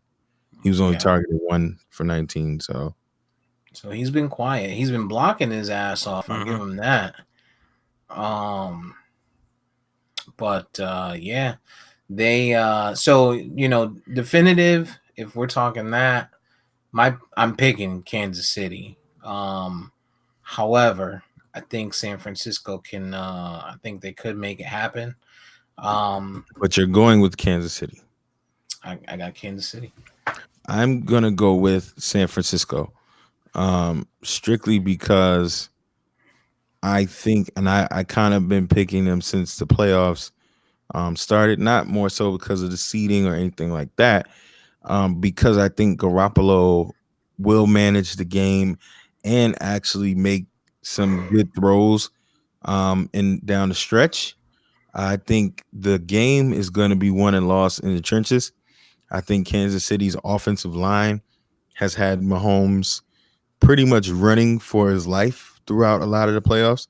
And I Mm-hmm. think San Francisco's D line, because their D line is pretty good one on one with young Bosa out there, I don't think they're gonna need to do a lot of blitzing like other teams did, which really got other teams in trouble, blitzing Mahomes so much, flushing him out of the pocket, getting him to virtually do schoolhouse playground pass and catch down the field. Now I think Kelsey is gonna get off regardless because I think he's a nightmare matchup for any linebacker core. I think San Francisco runs a heavy zone defense because it takes Kansas City a long time to develop their plays downfield. If you look at their last game, they got off so much with Kittle underneath with short 5, 10, 15-yard rips because he's getting just over the defense, or he's getting just past the linebackers, or he's staying right underneath them, tucking and curling to move the ball along. But a lot of the deep plays weren't developing because they were running off a lot of zone coverage and having the safeties run over the top and flushing Mahomes out. So I think if that strategy continues to kind of stifle the Chiefs as it has been doing, causing the late starts, like VP said, I think because that San Fran D line versus that Kansas City O line is going to win without a lot of blitzing, I think we might see a bad offensive day from Pat Mahomes. Now, I could be completely wrong and they just run the score up on these guys. But I think we saw what the 49ers could do with a guy that can move outside the pocket. They're a pretty disciplined defense. When they played the Ravens, it was a horrible weather condition up here. But they did a lot of good things defensively. Now, again, Mahomes and Lamar Jackson, you can argue one throws better than the other, but I'm curious as far as how good Mahomes actually reads defenses. in the sense that he does a lot of stuff on the fly when the play breaks down because he's physically gifted as well. So I think San Fran's defense has been good all year of masking coverages. They play smart defense, and then they got some guys that can really rush the passer. So, and their run game hasn't been as great. I think when they do run the ball, they are successful, but it's usually after they've come back and they can keep the keep away. I also think that San Francisco's O line is not getting enough credit. Mostert is running amok out there, but he's getting truck size holes. So if Kansas City doesn't start out fast and San Fran happens to score, I think you're going to see a situation where they're running the ball down and Pat Mahomes doesn't keep the ball quite often. So I'm going with San Francisco 49ers. Okay. Shall do you want this? You want the smoke? you want you want to I mean, it's the last game of the season. A little something. Get a little action, a little gentleman's bet going on. I give you the 1.5. I give you the 1.5. I ain't going on no points, but 1.5. Stop what you're doing, man. You are insane. You're a wild boy. You, God damn. I give you the point now.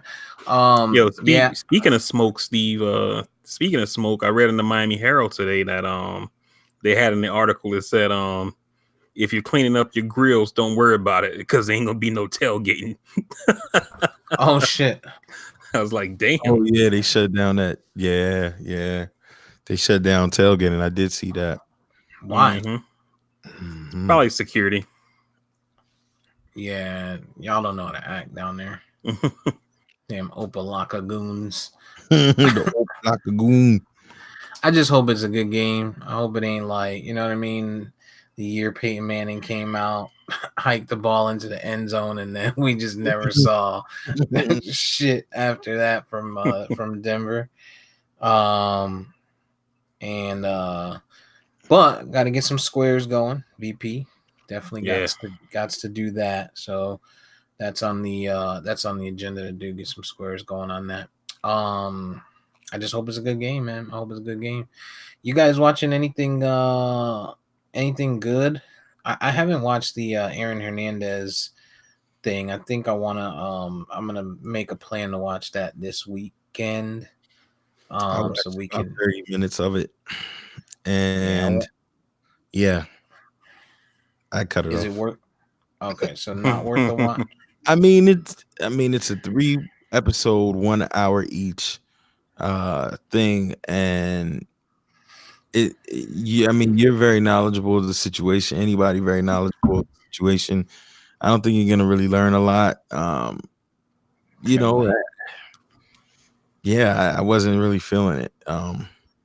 Didn't really do anything for me, so I cut it off in 30 minutes. I don't want to spoil it, but yeah, I wasn't with it. But speaking of that though, we did not talk power. We did not talk power. My girls and I want to thank the millions of people who've shown support and love during this horrific time. Thank you for all the prayers. We definitely need them. We are completely devastated by the sudden loss of my adoring husband, Kobe, the amazing father of our children, and beautiful, sweet Gianna, a loving, thoughtful, and wonderful daughter, and amazing sister to Natalia, Bianca, and Capri. We're also devastated for the families who lost their loved ones on Sunday, and we share in their grief intimately. There aren't enough words to describe our pain right now. I take comfort in knowing that Kobe and Gigi both knew that they were so deeply loved. We were so incredibly blessed to have them in our lives. I wish they were here with us forever. They were our beautiful blessings taken from us too soon. I'm not sure what our lives hold beyond today, and it's impossible to imagine life without them. But we wake up each day trying to keep pushing because Kobe and our baby girl Gigi are shining on us to light the way. Our love for them is endless, and that's to say, immeasurable. I just wish I could hug them, kiss them, and bless them. Have them here with us forever. Thank you for sharing your joy, your grief, and your support with us. We ask that you grant us the respect and privacy we'll need to navigate this new reality. To honor our Team Mamba family, the Mamba Sports Foundation has set up the Mamba on 3 Fund to help support the other families affected by this tragedy. To donate, please go to mambaon3.org. To further Kobe and Gianna's legacy in youth sports, please visit mambasportsfoundation.org. So Vanessa finally got her, she was finally, able to probably pull it together. I'm sure she was, oof, man. Crazy. Yeah, yeah. Um, so yeah, just wanted to get that out because I see it popped. Power. Cedric the Entertainer, man. I just can't. I can't take him serious, dog, in that kind of role. His voice is just like, I guess, man, God, he has a voice that you can only hear comedy. Like I'm like, oh man, like we gotta make it home. We gotta make it home tonight, dog. I'm like, oh, Where sad. were they? No, It was even worse. I think if I remember looking at the car right on that they were playing, that they were riding around, and I think they had DC plates. Yeah, it did. DC. I'm like, dog, that's so disrespectful. the sniper. Neither one of them motherfuckers Oh, resemble or talk like anything like a DC dude. That was crazy, man. I was like, damn. I felt bad for the hood at that point. That was horrible. Horrible. Absolutely disgusting. Yeah. That shit. I've said this before. We talked power. I said it when we watched the Paz episode. To spend an entire episode, I wouldn't even say the Lorenz Tate character is even a secondary character. I mean, this dude is, like third string here. At least with the Andre character, at least he's been with us since, I want to say, season 1, maybe season 2. Yeah. But he's been there almost every episode since like season 1 or 2. The Lorenz Tate character's been there 2 seasons, and they dedicate a whole episode to this dude. In the final 2 episodes is a whole episode of him. That was just some complete bullshit. And then it ends. Spoiler alert, listeners, if you haven't watched Power yet, then the shit ends with him getting everything that he wanted. Right. You know what I mean? Like, Ghost is dead and this dude gets everything. Like, come on, man. That shit is just crazy to me, man. Mm-hmm. Not only did he get everything, he got everything. Literally. He got the smash, kicked the joint out. Yo, she's bad, by the way. He got the buns. Mm-hmm. He got to throw what's her face under the bus, like she's smashing a married man. Yeah, man. What'd you guys think of the Tommy episode? I don't think we talked about that. Now, while I have my gripes with the last episode, I think it was still better in acting and in sequence, especially because of Lorenz Tate, was able to put it together. I think the Tommy episode had some holes in it. Obviously, like he pulls up at the crib again, and the little girl's there with no security.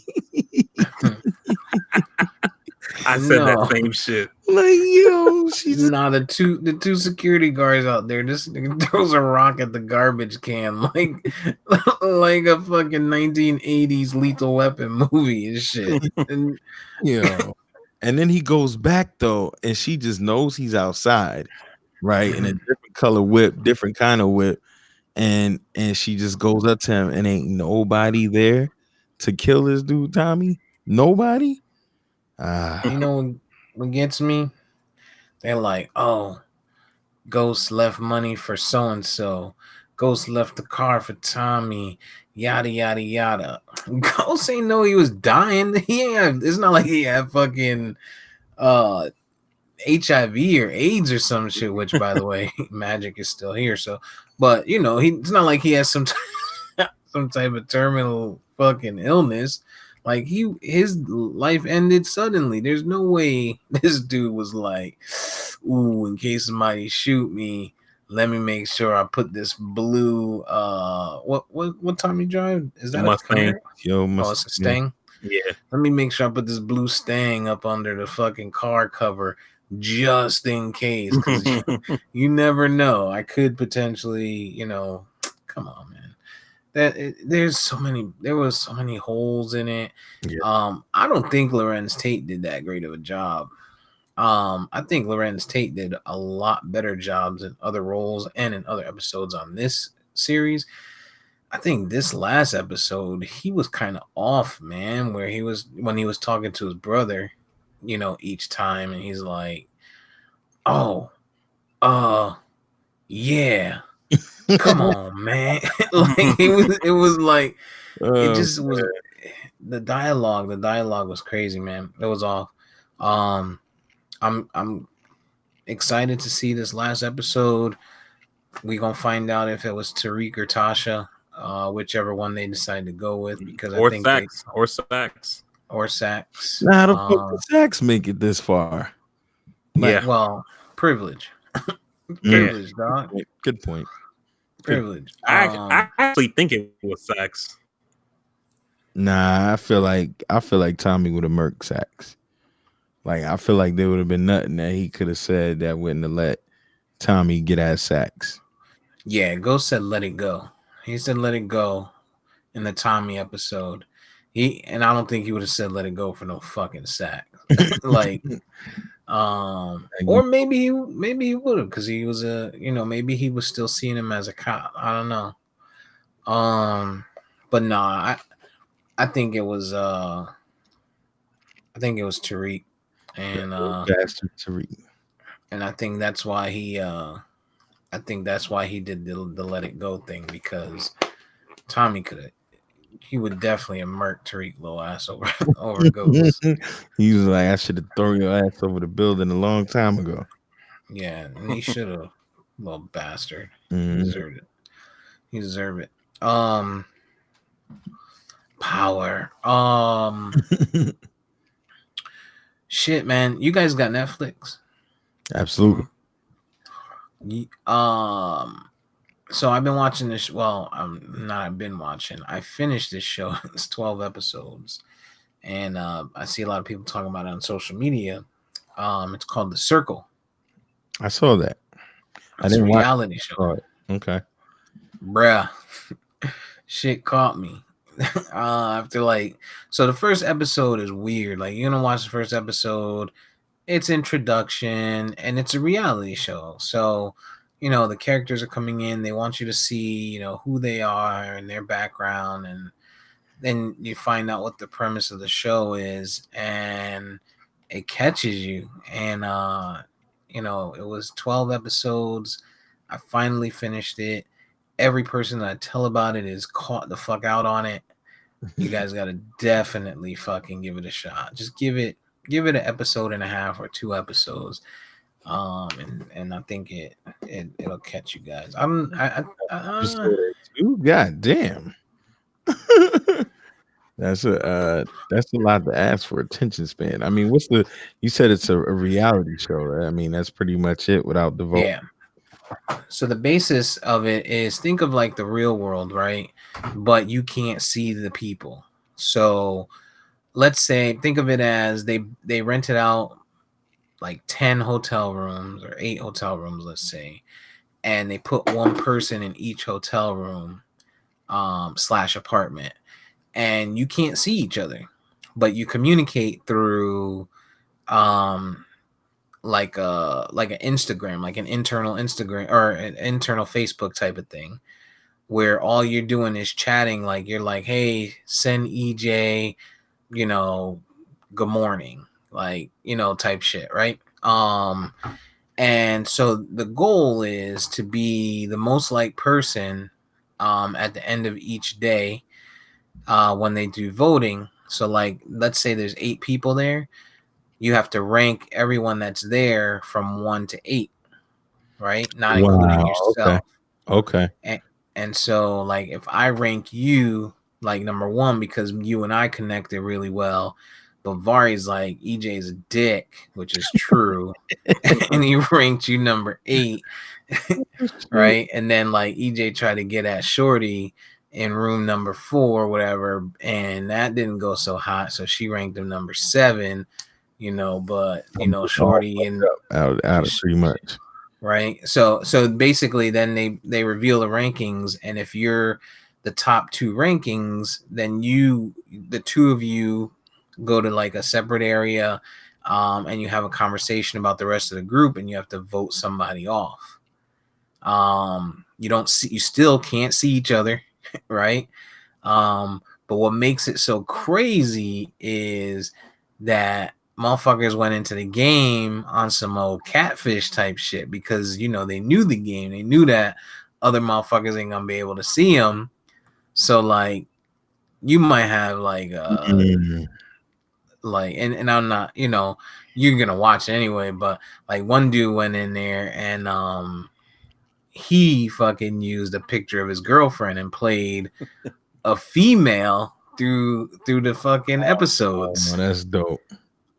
So and fucking just he was playing motherfuckers. Like niggas was trying to holler at him and shit. Like dog. And you're watching this like third person and you're like, yo, EJ's hollering at a fucking dude and he thinks he's a bitch. Oh, that's crazy. You gotta watch it, man. I liked it. It was good. It was good. That's crazy. Interesting. But yeah, you guys gotta peep it out. What about you, VP? I know you're an avid television person. Anything that's hot on your DVR right now or lack there? I know I was talking to E last night and Aaron, and I gave her one of the streaming services because I know your thing is coming to an end. So hopefully that works for you. Oh yeah, we still looking around. Got another couple days. But yeah, I'm not watching anything new right now, man. Work's just been hectic, man. So I think that almost work from home. So I don't have time to watch TV. I'm so busy at home. Like I've been watching. I've been logged in like 7-8 o'clock at night. Like dang, a few times this month, and then like trying to like watch impeachment stuff or whatever. It's just that's kind of all I've been doing is impeachment and work, man. That's the truth. Okay. What about you, EJ? I've been watching just the regular network shows like SWAT and all the Chicago shows and different reality TV ratchet shows that I can't stop watching since I started. So nothing major for me, man. I got to get back to it. I got to get back to the Chicago Fire and Chicago PD because, I mean, I never, like, I watched PD more so only when they fucking did, like, the mashups. But Fire was my shit. Like, I used to watch that motherfucker religiously, dog. Watch PD over Fire and Med. But they got Chicago Med now. Yeah. And again, I watched that on the mashups and a couple here and there. But I was so attached to Fire, like Severide and fucking them dudes was my guy, Mouch. So I got to get back to it. It's been a while since I watched it, but yeah, I'm gonna try and make some room, some time to watch some TV. Not sure when or how, but toddler life doesn't usually permit. Yeah, Manifest is getting ready to come back. It's already back on. Oh, okay. I didn't know that. So yeah, I'm already behind. I'm behind the whole season of that because I stopped watching it like at the end of the first season. I was tired of that shit. Actually, might have been the second, the comeback of the first season or whatever, the break after the break joint. I started watching that, man. I couldn't take it, yo. But it's definitely back on. It's about 2 or 3 weeks in right now. Oh wow, so I'm really behind then. Yeah, I got to get back on it. Oh, I'm behind on that too. That's the one where the plane disappeared for 3 years, but they were only gone for like an hour or some shit. Yeah. Okay. Yeah, I gotta get back on that. I watched a few episodes of that, but that fell behind on it. Yeah, I couldn't take it anymore. I stopped watching it. Yeah, I gotta get back to it. All right. Well, Super Bowl Sunday is upon us. I look forward to chatting it up with you guys through that. And The XFL comes out after that too. You gonna watch? Since EJ don't want no smoke. The XFL comes out after the Super Bowl. Is anybody gonna watch? No.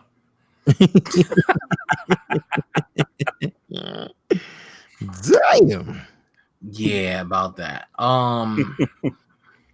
Maybe like season 2 or like whatever they call it. Depending on what players are there from like the league or guys that I don't know, man. It's gonna be hard to compete, man. I feel you. We'll see, but I know, we know you love football, so yeah, I'm gonna watch. I love football too, but I just love pro football. I'm not even a college guy like you guys, so. Ari's team is a high school team right about now, so it doesn't matter. Dumpster fire. Actually, all of Ari's teams are high school teams right now. About that heat. Yeah, he about to have some money to spend too next year. And you guys could keep that big dummy. What's his name? Agbunaye. Bam. I don't know how to say his last name. Agbuyane. Dijanes. You guys will be able. You guys could get a max. Or very close to a max. Very close to a max. I was one from what I was reading. So Pat, if Pat can get back to it, but I don't know who's available next year. So yeah. Who knows, man? Who knows? Actually, I think did Chicago sign Zach LaVine? Oh, I like Zach LaVine, man. I like that kid a lot. Light skin power. You ain't light skin though, bruh. This guy's terrible, yo. You don't see that? You don't see that? Hold on. You don't see that? You don't see that? That's Mike. That's the filter. All right, VP. I'm gonna leave it to you, man. All right, everybody. We appreciate you rocking with us, listening to us. Don't forget to follow us on all the social media. You can find us at CastWorthy on Instagram at CastWorthy_podcast. Don't forget to like, follow, subscribe, share, and comment. Let us know what you want to hear us talk about. And again, we appreciate you rocking with us. Like I said earlier, or like I always say, I guess I should say, life is about choices. So continue to make that choice to rock with us. Get your ass registered to vote. Get involved and vote. Vote. Yes, sir. Peace. Peace. Peace.